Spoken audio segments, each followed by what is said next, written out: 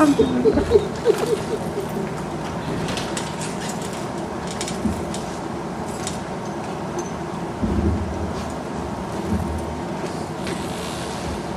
alaikum. Bismillahir Rahmanir Rahim. With Allah's name, the merciful benefactor, the merciful redeemer. Alhamdulillahi Rabbil Alameen. The praise belongs to Allah. The praise is actually the property of Allah. It doesn't belong to any one of us. It belongs solely to the Creator of all things. And as long as we keep that mindset as we proceed forward, we are safe. As soon as we begin to believe that we are the deserving ones in terms of praise, we begin to lose and eventually unravel.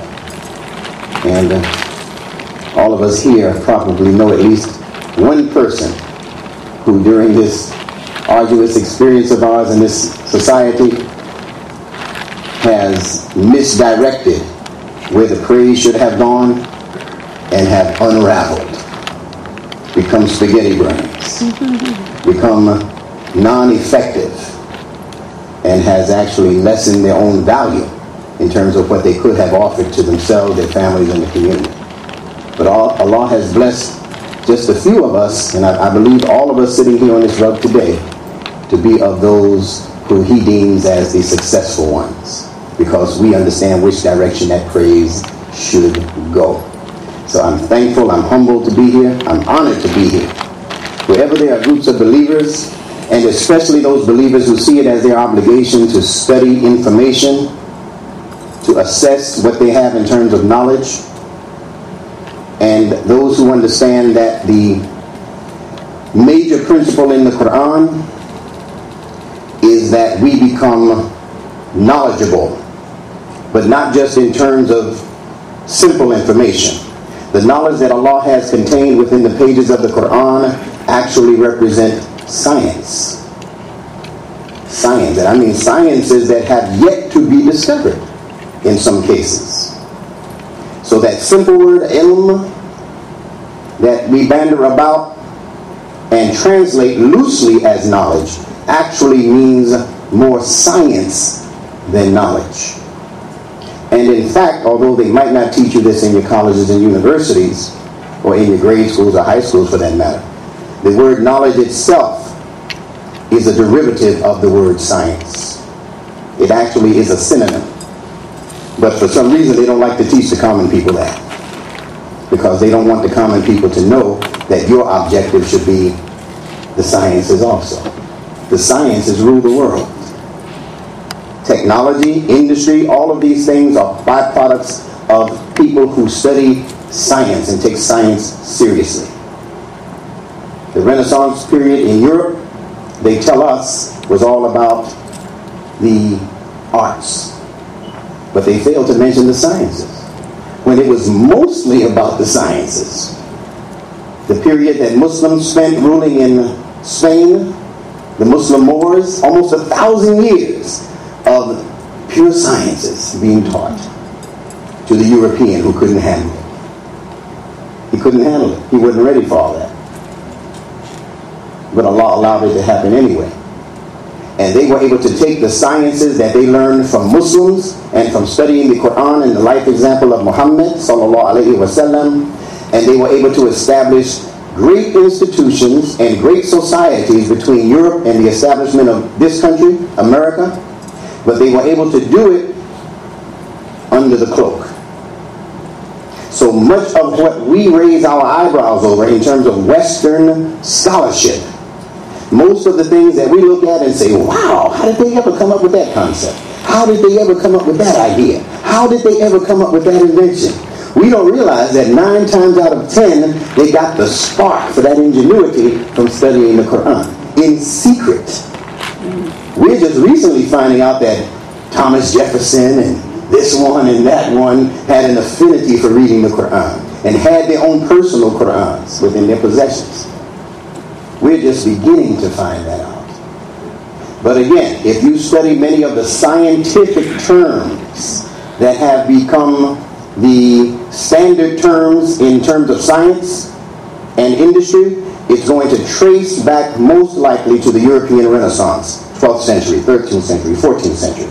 Those were the years when they were diligently studying the Qur'an in Europe and brought the Europeans out of what was called the Dark Ages into their age of enlightenment. So much so that the very name of this country comes from an Arabic word, America, Amir, and an Egyptian suffix, Ka, Amir, Ka. They don't tell you that. I would tell those people who don't like Muslims in America, I tell them that. let them wrestle with that. Say, well, somebody in your history named this country after a Muslim name, based on a Muslim title. The guy who runs your fleet of ships, you call him an admiral. That comes from Amir. That comes from, and you just go on and on down the line until they leave you alone. So we're here to discuss something as an idea that Imam Muhammad left with us in the last few years of his tenure. He made the statement that whenever you read the term Muslim in the Quran, replace it with the term human. Because a true Muslim is a true human. And I believe that that understanding will actually bring much relief to the general body of Muslims in the world. If they would stop believing what they already believe a Muslim is. Obviously, whatever they believe a Muslim is not working for them. It's not working for them so much so that that term now has come to be synonymous with terrorists. A lot of people now in this society, they think Muslim, they think problem. Muslim, fear, someone to fear. Muslim, someone who's going to create problems. Muslim, someone who hates Christians and Jews. Muslim, someone who believes that their religion is the only legitimate way of life on earth. And so forth and so on. And unfortunately, it has been people wearing the title Muslim who have caused much of this problem. And continue to cause many of these problems. Because of their own misunderstanding of Al-Qur'an and its translations and interpretations, and because of their own misunderstanding of who Muhammad the Prophet, praise and peace be upon him, really was. I should say really is. So we're going to delve into this topic today, and inshallah we're going to stay within the time frame allotted for this discussion. And I will try towards the end to maybe have 10 to 15 minutes of questions and answers, if there are any. In fact, I would invite you to even interrupt me. If you have a question that is pertinent to the point that I'm making at the time, and you need further clarification, feel free. This is a ta'aleem. This is a discussion. Feel free to ask any questions that you may have on your mind pertaining to the subject. Pertaining to the subject. Don't ask me about W.D. Farrar. Don't ask me about the mothership. That's another discussion. All right? But if for some reason you believe it ties into this subject, then feel free, and I'll just accept it as a challenge. So why Muslim and human mean the same thing? Now, those of you who have been listening to me for the last few years understand that I teach that every Arabic letter has its own unique meaning. Every single one of those letters, alif, ba, ta, tha, so forth, all the way up to ya. And sometimes people hear that and it's surprising to them. But it's true for every family of letters in every language. In English, it's the same thing. The only difference is they don't teach that to us. And they don't teach that to us for many reasons. For some people, it's too much information. For other people, they don't know it. Your professors, your teachers, your scholars, they're not familiar with that aspect of linguistics. There's a difference between learning a language and learning linguistics. Learning linguistics puts you in touch with comparative languages, comparing languages with each other. Languages come like we come. They come in family groups, families of languages. You have the Romance languages. You have the Semitic languages. You have the Afro-Asiatic languages. These are family groups of languages that have certain things in common with each other. So the Arabic language comes out of a language group that they say is Semitic, meaning it's related to those other languages like Hebrew and those others that consider themselves to be Semitic. That idea is beginning to be seriously challenged. And many scholars now are beginning to lean towards the idea that Arabic, is actually in the Afro-Asiatic group of languages. Why? Because of the comparative meanings in those other languages, those sister languages. However, and they're also saying that Hebrew itself is not purely a Semitic language, but it also belongs to the Afro-Asiatic family of languages, which means, in short, that it actually originated among darker peoples of the world. Although other people now take credit for those languages, both Arabic and Hebrew. We think of Arab, we think of the people who call themselves Arabs, who we're used to visualizing and seeing. We think of Hebrew, we think of the common person who calls himself Jew from Israel or other places, and we don't necessarily associate that with the darker lands or the darker peoples of the earth. But nevertheless, these languages now are proving themselves to be from those specific geographies. And that's important to know if you study language. It's very important to know. Just like it's important to know who is your real brother and sister. Who is your real family. You know, there are people who grow up adopted who don't find out that that's not their blood mother and father until they're adults. Not that it made much of a difference if they were raised properly and treated properly, but there's something inside the person that wants to at least know, are you my real mama? Are you my real daddy? Right? Is that my blood brother? We look alike a little bit, you know, because they try to match you up, but there's something about the vibration. Right? And there are sometimes cases where twins have been separated at birth and have actually found each other later on in life by happenstance, so they say. Living in different parts of the world, somehow they run into each other. It's a spiritual connection. Languages operate along the same lines. So I'm going to show you some examples of that so that you will understand what the technique entails. For instance, you have the aleph, right, which is basically a straight line for us. I love these boys. I work with these boys in New York. Yellow chalk? Oh, it's the chalk. It's not the board. Okay. All right. Great. There you go. All right. So you have aleph. And if you listen to it, to the sound of the letter, you can tell that it's a word. It's not a vowel. It's a word. Okay? Aleph. And it's a word that when you look it up by its root letters, you'll find many words in the Qur'an that spring from this same root. For instance, in the surah on the Qur'an, which most of us are familiar with, Allah says, Bismillahir Rahmanir Rahim, Li'ilafi Qur'aish. It's right in there. Ilafi, Aleph. Alepha.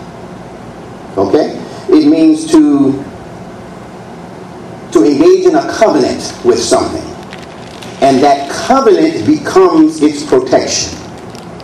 So some will translate it for the protection of the Qur'an. You read that as a translation, right? But others will translate it for the covenant of Qur'an.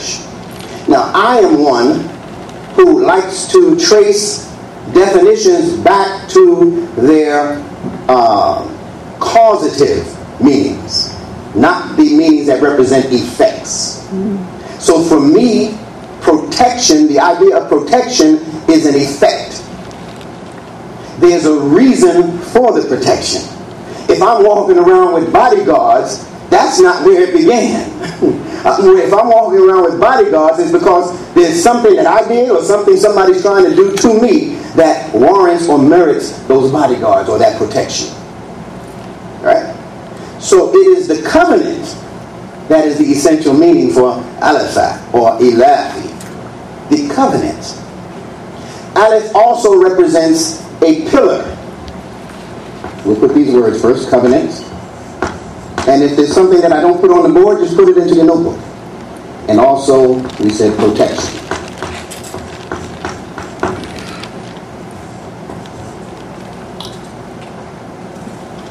but it also means pillar. Just like that column, that steel beam. That's Aleph. It means, and if you take a good look at it, you'll see that a covenant is an agreement. That pillar, philosophically speaking, has an agreement, and it has a covenant or an attachment with the ceiling and with the floor, correct? And it is that agreement to hold up the ceiling that keeps this room protected from what? From collapse. So you see how all of these definitions feed into each other? All of these definitions are related to each other. So from this point on, when you read these definitions of words, especially in our Qur'an, look for the similarities. Take the word out of the book, take the word out of the dictionary, out of the Qur'an, put it on a separate piece of paper. Put it with other definitions that are given to you based on that word. And just let it simmer like you do a good pot of vegetable soup. And you'd be surprised if you just keep those words floating and flowing within your mind and concentrate on them, they will eventually reveal their relationship with each other to you. Now that might sound spooky for some people, but it's real. Scientists do it all the time in the laboratory. Right? This is how Edison and others came about with these inventions. Sometimes the 99th time, between the first time and the 99th time, no progress, seemingly. But that 100th time, with the aid of Allah, right? You heard about how penicillin was invented. Right? Here's this guy trying to do this and trying to use his own human brain to do that, and he almost gave up the experiment. Went to have a sandwich. Left the sandwich and realized that he didn't leave the sandwich for the amount of time he left it. A piece of bacteria, a piece of mold from the sandwich blew into his experiment. And that's how penicillin was invented. He got the credit, but the credit should have gone to Allah subhanahu wa ta'ala. And we say the same thing for anything that you learn of substance. We are educators, we are students of knowledge and science, but whatever advancements we make in the knowledge, all of that praise and all of that credit is due to Allah. Because we would not have found it. We would not have gotten the hints or the prompts to go in certain directions, mentally speaking or spiritually speaking, if it were not for Allah moving us to do so. And that's why good intent is like 99% of learning. And the willingness to share what you learn with other people, that's also the key. All right? Not just to keep it to yourself. This is wealth. This is sadaqah. Even though you paid $5 to get in here.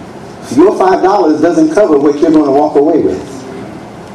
This is the real sadaqah. This is zakat. This is contributing to your personal wealth. But if you look at it only as what goes into your pocket or pocketbook, you're missing the point. You're missing the picture. If you look at it as what is going into your human bank to help make you a more excellent human being, then you're registering correctly. So, covenant. It also represents strength. Something that has the ability to hold other things up is considered strong. When this letter finally reached Western languages through travel, because people who spoke these languages would travel to various parts of the world, when it reached lands like Greece and other areas, going into or onto the European continent, this letter became associated with what we came to know as the capital A. Aleph became associated with the capital A. In Hebrew, this is also pronounced Aleph, except when they transliterate it, they write it with a PH instead of an F. Most of our transliterators would spell it A-L-I-F for the Arabic Aleph. Aleph. It is also where they get the English term aloof. You know, when they say someone is aloof, that means that they are separated from us. Because Aleph is a letter that is separated from the other letters. So they look at the concrete item, and then they begin to develop abstract meanings out of the concrete. That's how all languages are. Now people say, well, why do you spend so much time on the abstract? We live in a concrete world. No, we don't. We don't.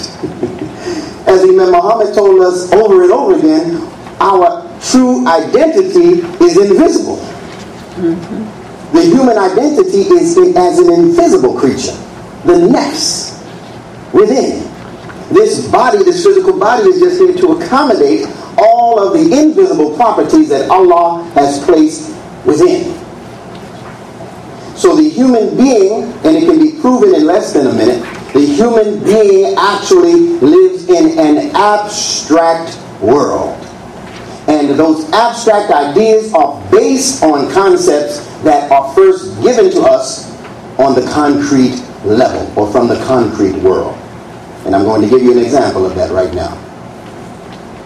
The human being looks at the physical body and begins to name various parts of the body.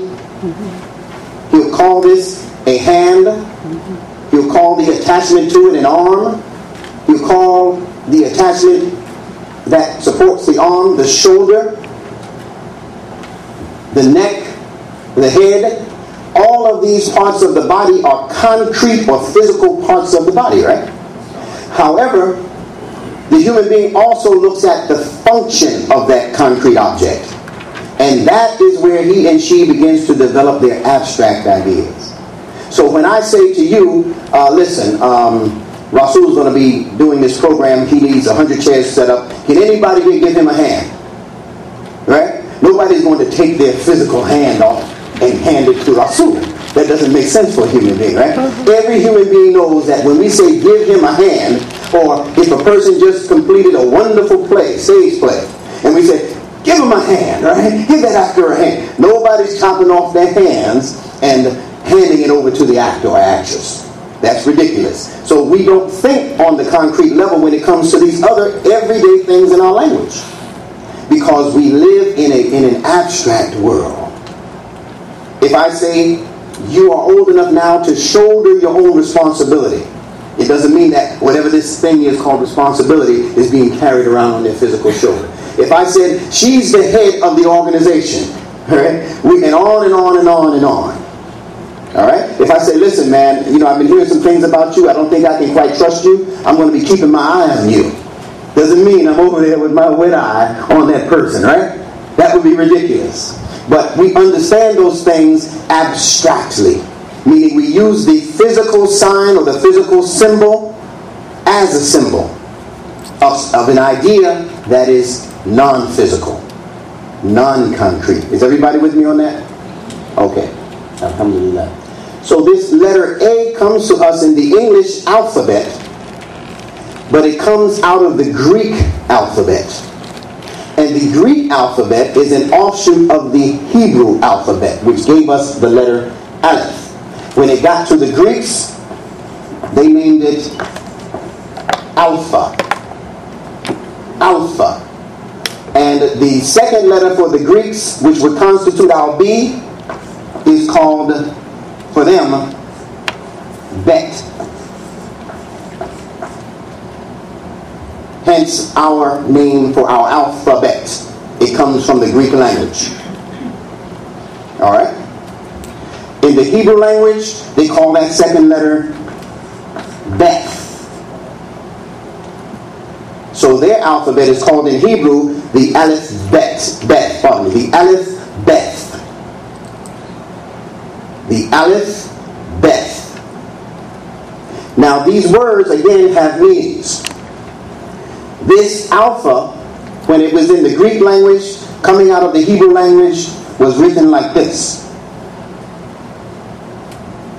And it meant ox, the animal, ox. And if you think about the ox, you'll understand that if it doesn't have an association with any of these other words, you can at least associate it with this word, strength. Because for the herdsmen that existed among the ancient Hebrews and among the ancient Arabs, the ox was the strongest animal in the herd. The ox was the one that they depended on to pull the, what do you call that? Yeah, the cart. To seed the earth. To plow the earth. And to teach the younger ox, or the younger oxen, how to do the same thing. They would link them up with a yoke. And the older one would take that younger one on that same journey day to day. And the younger one would learn by what is now called osmosis. You hear these words that they get from Scripture? Mm-hmm. Yeah. Osmosis. That should tell you something about Moses and what they believe about Moses. Moses was an educator. And much of what was learned by Moses was learned by osmosis. Read Moses and the Wise Man and you'll understand what I'm saying. A lot of times knowledge doesn't come to you directly. Knowledge comes to you based on prompts and signals from your environment. That's why it's important not only the direct information that our children get, it's also important to keep them in the proper learning environment. If they go from school where they're learning directly from the teacher and leave from home where they're learning directly from the parent, but they go out into an area of activity where now they're learning from the gangbanger, that's going to be an issue. That's going to be a problem. Because sometimes the things you learn by osmosis will override the things that you learn directly.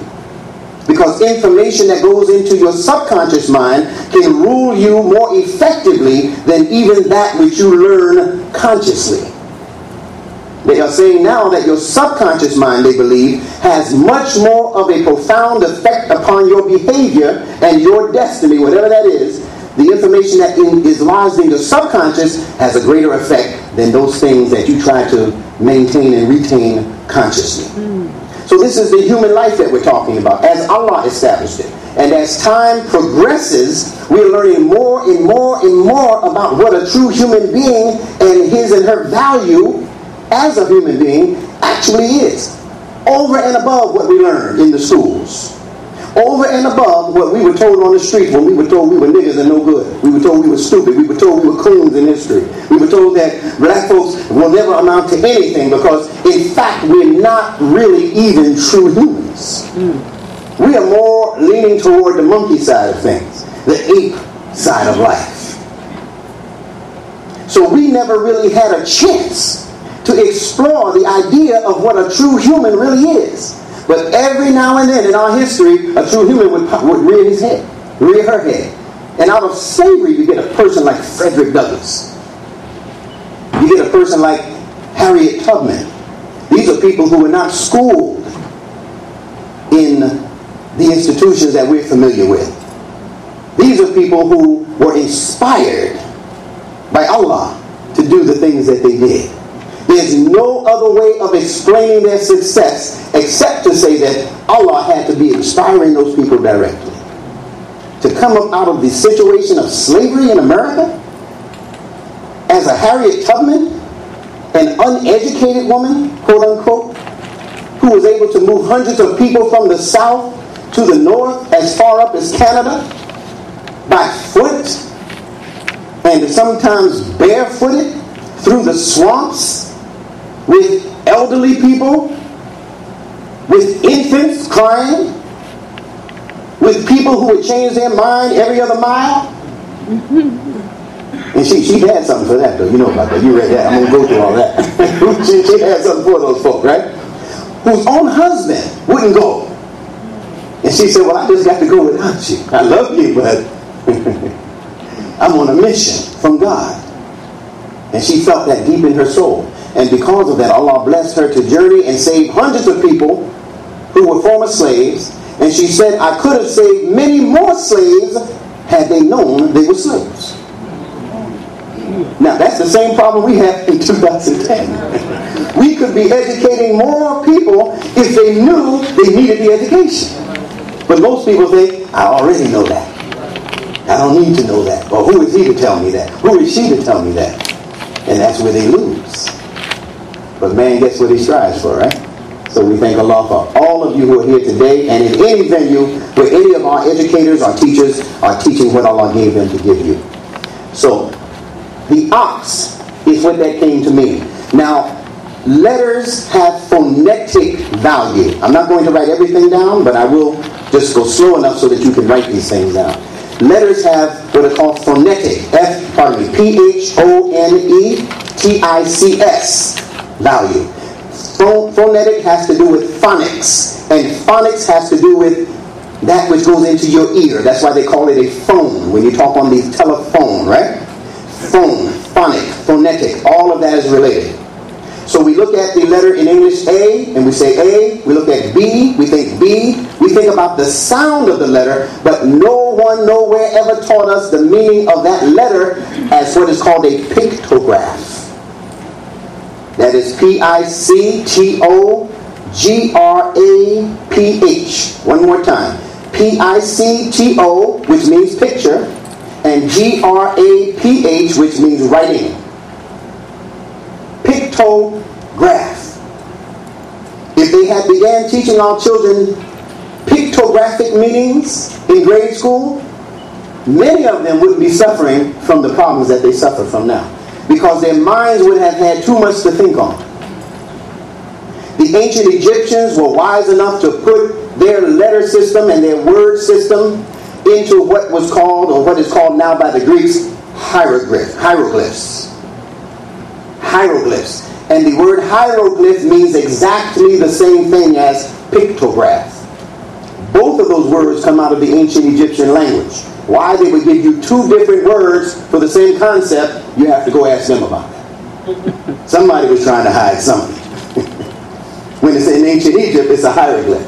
When it's anywhere else in the world, it's a pictograph. When it comes into America, it's neither, because they didn't tell us about it. They taught us phonics, but they did not teach us. And the ancient, I believe it's a Chinese proverb, says that pictures are worth what? So that means we would learn much more from the picture than we would from just hearing it. So when they denied us the picture, they denied us at least half of the message. And Allah says that He created the human being in the womb of his mother, hearing, but not just hearing, and seeing. See, that's your hint. He created us phonetically and pictographically. The human being learns both from listening and seeing, in that order. So teach us phonics, yes, but also learn the meaning behind these pictures, because these pictures hold great weight and value for your intellect. So this is a pictograph of an ox. In fact, the original way it was written was like this. It was like the upside down capital A. So you can see the horns. This would be the nose. And if I were to fill it out, there'd be eyes there. This would be his ears, right? That would be his horns. That would be his mouth. It was an ox. And it became associated with that which was strong. In these alphabet systems also, bet means house. And they get that, again, from the Hebrew language, where Beth means house. The name Elizabeth, the word Bethlehem, Beth in all of these words that carry its pronunciation means house. Bethlehem, house of bread. Elizabeth, house of lizards. So we won't go into that either. Very popular name in London, Now in Arabic,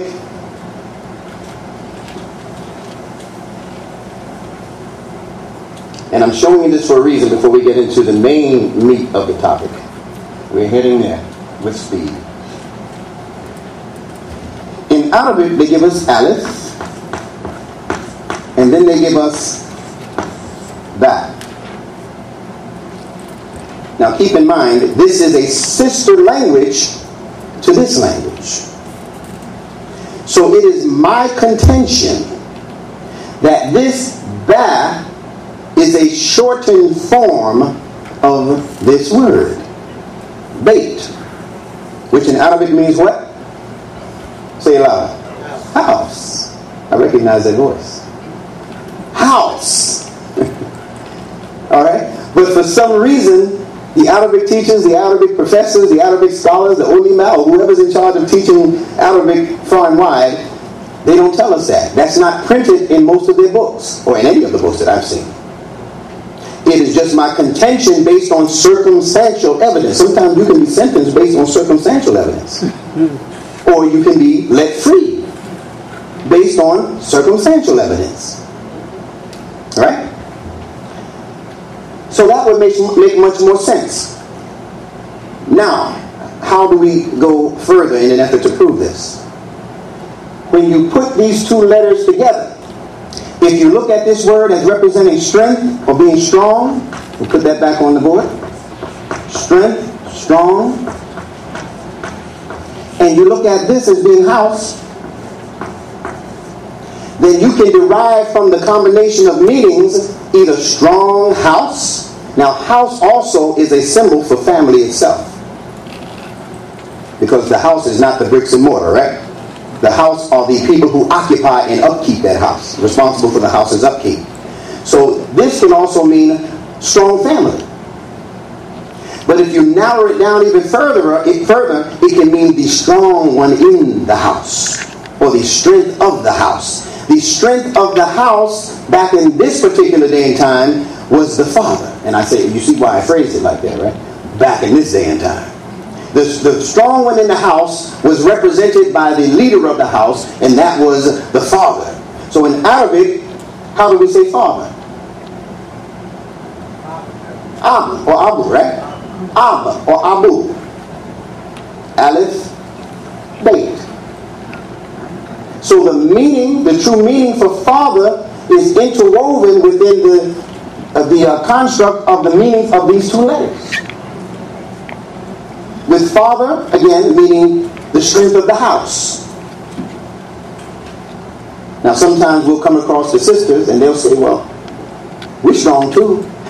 Why does he have to get all that credit? But that's because you're not focusing on the spelling of your title. Also begins with Aleph,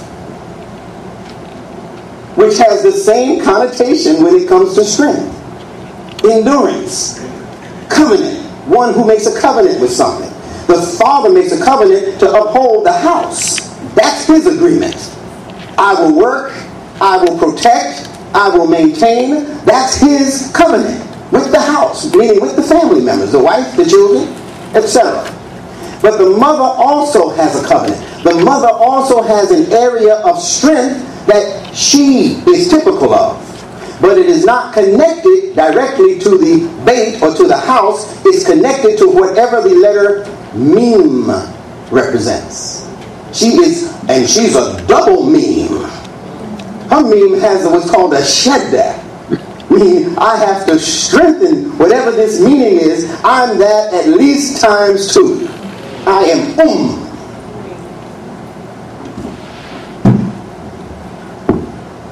So this meme, and pardon me for writing all over the place, please just try to follow me. That's just my style.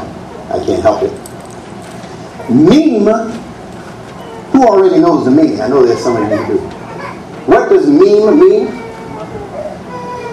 Someone said mother love. That's an extract out of the original meaning. That is absolutely correct. But what is its original meaning? No. Give me the concrete meaning. Mother love is an abstract meaning. So give me the concrete meaning for this term meme, which would be the equivalent of our M, our letter M. All right. Pardon me? No. Wisdom is also abstract. We're looking for something in the concrete fitrah that Allah created. Something within created matter. There you go. There you go. Meme means water. And because water is generous and charitable and carries in it that which is necessary for the sustaining of life itself, it came to be associated with mother's role. Because she is the nurturer of life. Right? Now, why is it given a double meaning? What did that mean to the ancient mind that came up with these terms? Mind you, Abu, and were terms that were in the Arabic lexicon before the Quranic revelation. These are ancient terms in the language. But it shows you that ancient man was more of a thinker than we give him and her credit for. We name each other stuff. We have no idea where it came from.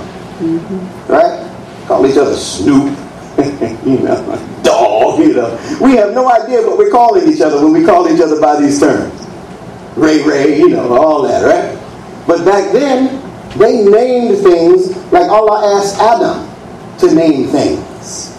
With intelligence, with a focus upon function. What does that thing do?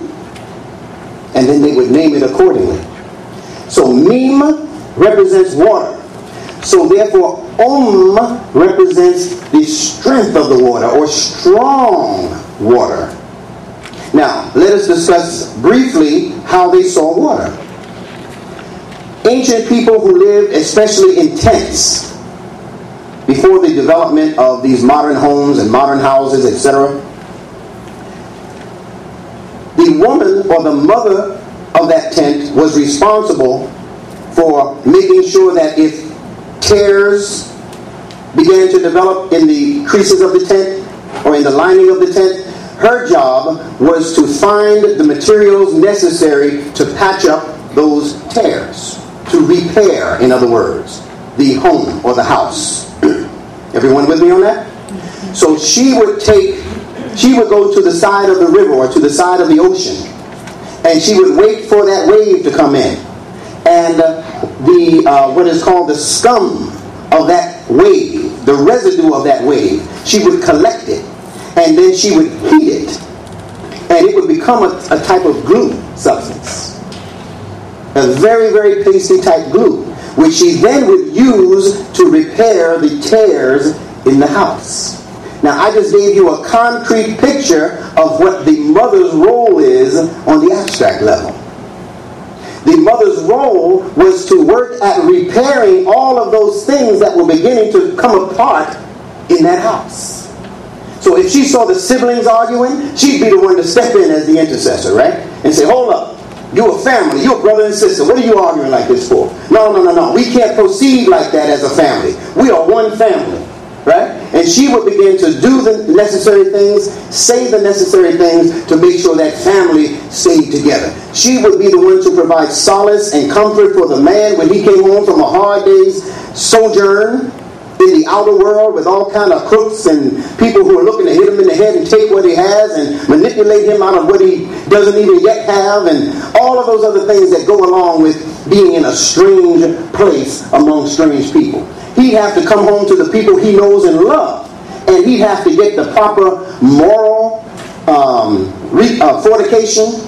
He'd have to get the proper emotional solace and comfort that he needs in order to do that thing again when the sun came up the next day.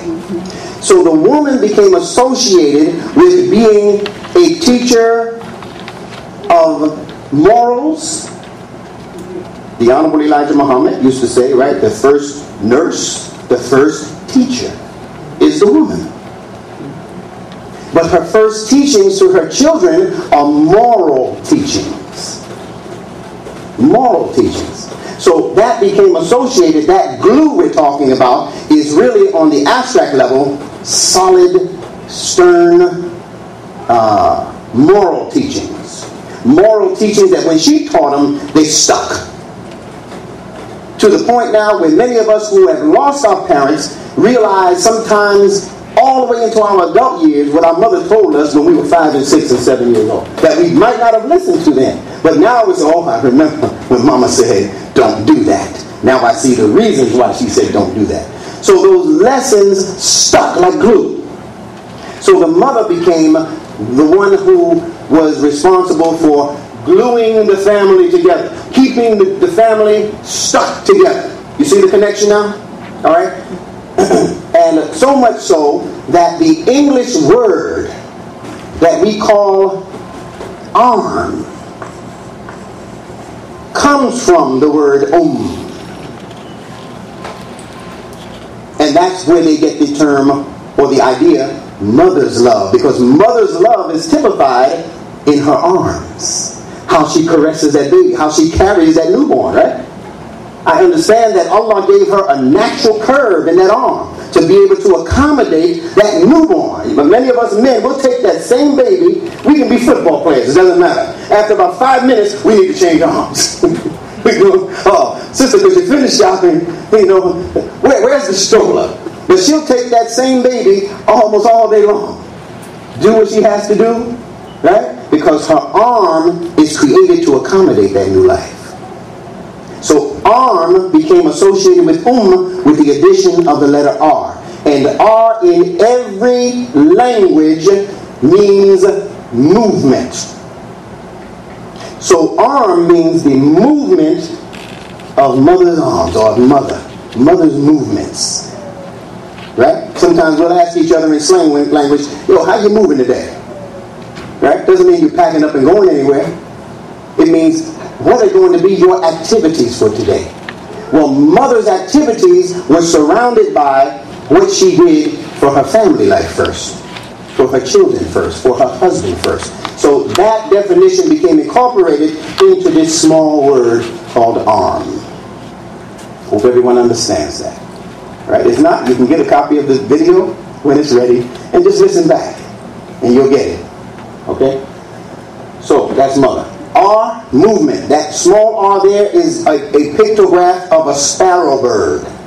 A sparrow. You know, a sparrow is one of the fastest moving birds or fastest flying birds we have. So they use that bird to typify movement. Fast movement. And the capital R is a pictograph that they get out of ancient Egypt. If you've seen many of the ancient Egyptian men, they're usually like this. That's your letter R. It's the belly, which I can show you very well right now. See me after Ramadan, I won't be able to do this for you. Right? But it's the belly and the two legs. Going forward, it means person making progress. Imam Muhammad taught us that years ago when he came back from ancient Egypt, studying the symbols, right? So that letter means movement.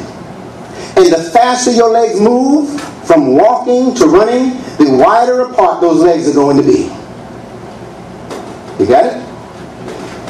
That same situation exists for the letter K. I'm showing you these things so you'll get familiar with the relationship between these letters. You have K. Those are your two legs also. But one arm is going forward and the other arm is like this. Why? Because this other arm has a weapon attached to it. And this hand is grabbing the crook or whoever it is they're after by the collar. Because he's about to club him. Now you hear that word club, you hear the K sound, even though they spell it with a C. You hear the word capture, begins with a K sound. You hear the word contain, begins with a K sound. Most of the words that begin with that K sound, whether they're spelled with C or not, represents that which contains a thing. You get into your car, you get some food out of the can, you put the baby in the crib, and we can go on and on and on and on with words that in the English language that begin with the K sound that represent containment. This is the ultimate containment, because once this person gets clubbed in the head, he may very well have killed him. See, that's the ultimate containment, to kill.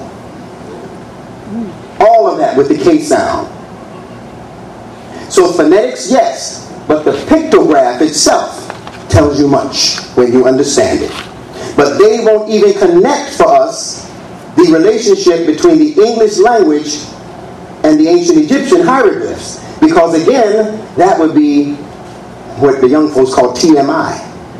Too much information for common Joe and common Jane, or common Yusuf whoever. All right, so let's get rid of this and get into the main 2 words for our topic, and we'll be through, inshallah. Everybody all right? No. I see lights going on in many of the eyes out there, and that's good. Excuse me for 1 second. We just do a better job.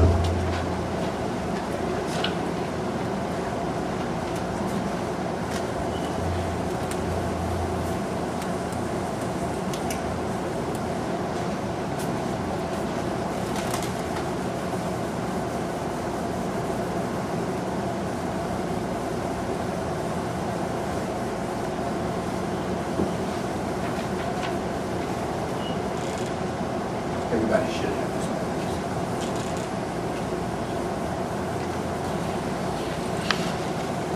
Back in the Nation of Islam, we had 2 FOI right here. In this day and time, somebody should have jumped up and I said, Brother Matt, can I help you with that? Crash your fingers in the air. The lesson be over, right? So you don't have to erase it, just hold the voice. Yeah. There you go. There you go.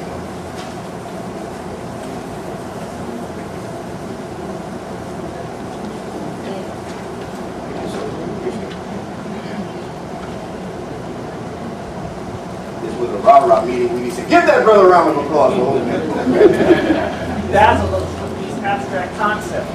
I understand. He wasn't into the construct at that moment. I understand. I'm going to tell you why. I'm going to give you a secret to learning. It is absolutely impossible to think and learn at the same time. So it's not all your fault. When you're in learning mode, which is download mode, you're not uploading. You're not thinking. And the main educators understand that principle. So, and when I say the main educators, I'm talking about the social engineers who manipulate society. They understand that principle. So their task is to prevent people from thinking by overloading them with information to learn. That's what the internet is all about. That's what all of this pop music is all about. Keep them learning. Keep them ingesting information so that they'll never have time to think.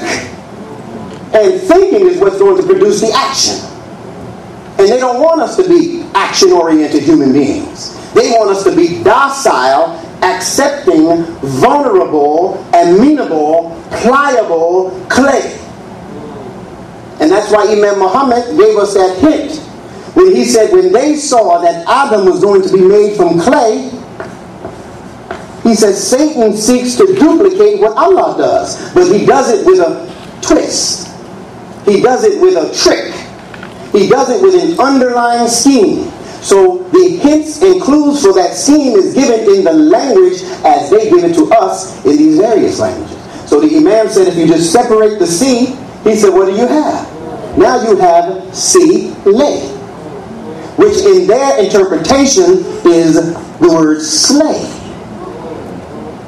So he said, what are they slaying? They're slaying whatever that clay represents in you. And the clay in you represents your submissive qualities, your ability to be molded and shaped, your ability to be pliable and acceptable. Excuse me, brother, yes. Oh, no, we have a senior here. Please, let him sit in this chair. See, that's the clay nature.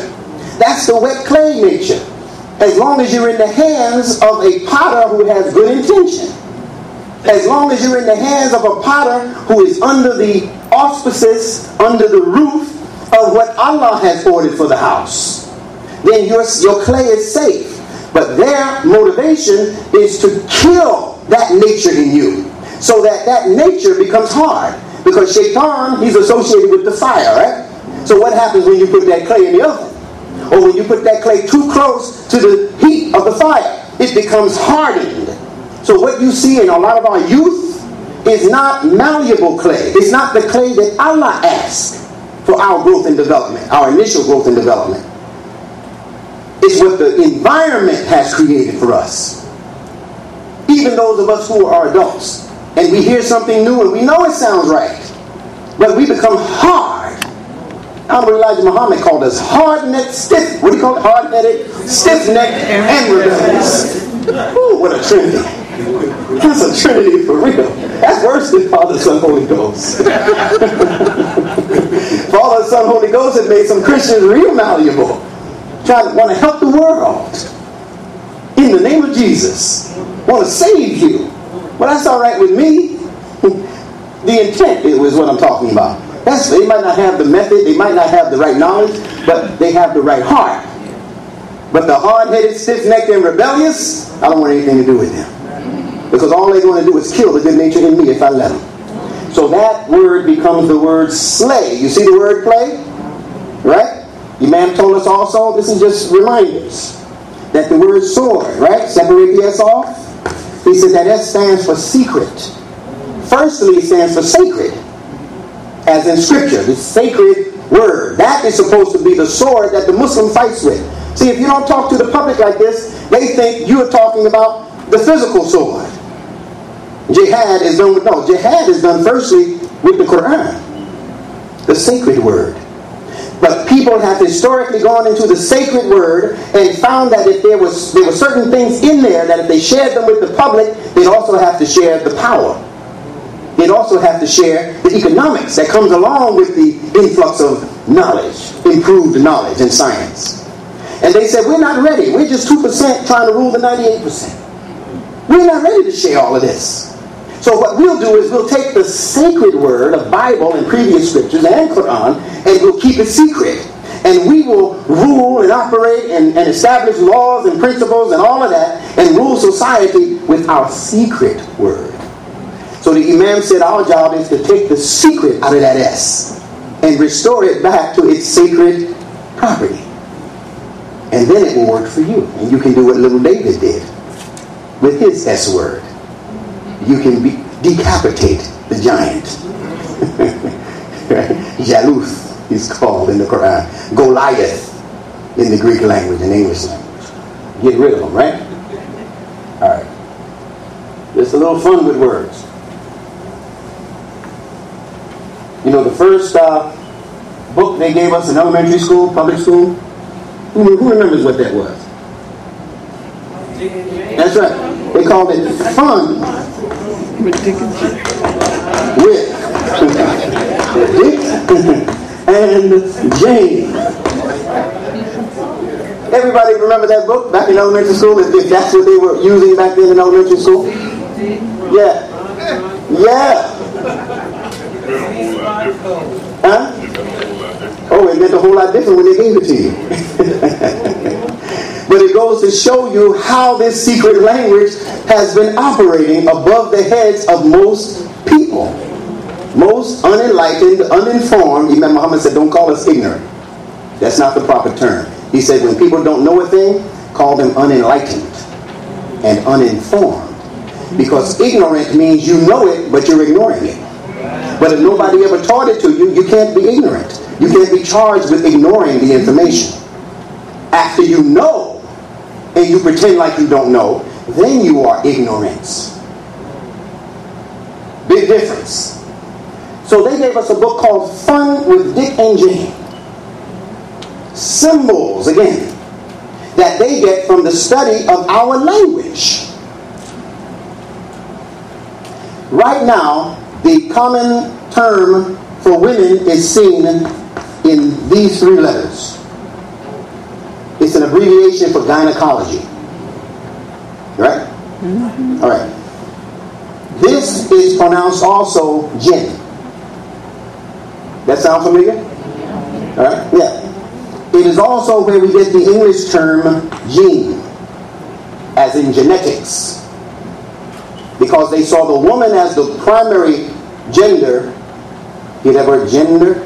The primary gender that carries that new life or that offspring forward, producing a new generation. Comes out of the male into the female for nurturing and production or reproduction. So they gave her the title associated with the gene.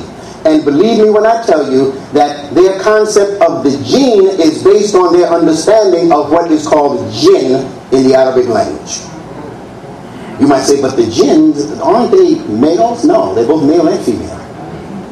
Wasn't Iblis male? Iblis was a principal. But study his emotional makeup.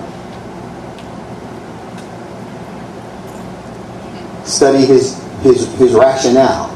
Now, I'm not pinning that on the women, but I'm saying that they connect these things and attach them to the gender, just like they did Eve in the Bible, who is not representative of a physical woman. She also, Eve, is representative of an idea or a principle of operation that is employed in both males and females. Every male and female has its own Adam. Every male and female has its own Eve. It's called your intellect and your emotions. They give it to you in the nursery rhyme, Jack and Jill. See, it's the same thing. Jack, the male, and Jill, the female, went up the hill. It's talking about your intellect and your emotions traveling on a particular road together to fetch a pail of water. We already discussed water. Jack fell down. The intellect got into trouble and broke, this is the clue, broke his what? That's the authority. That's the king, right? Broke his crown, and what happened to Jill? She had no choice, because Allah did not create the human being to be led purely based on emotion. Most people who are led by their hearts and by their emotions get in trouble. If the intellect does not step in and say, hold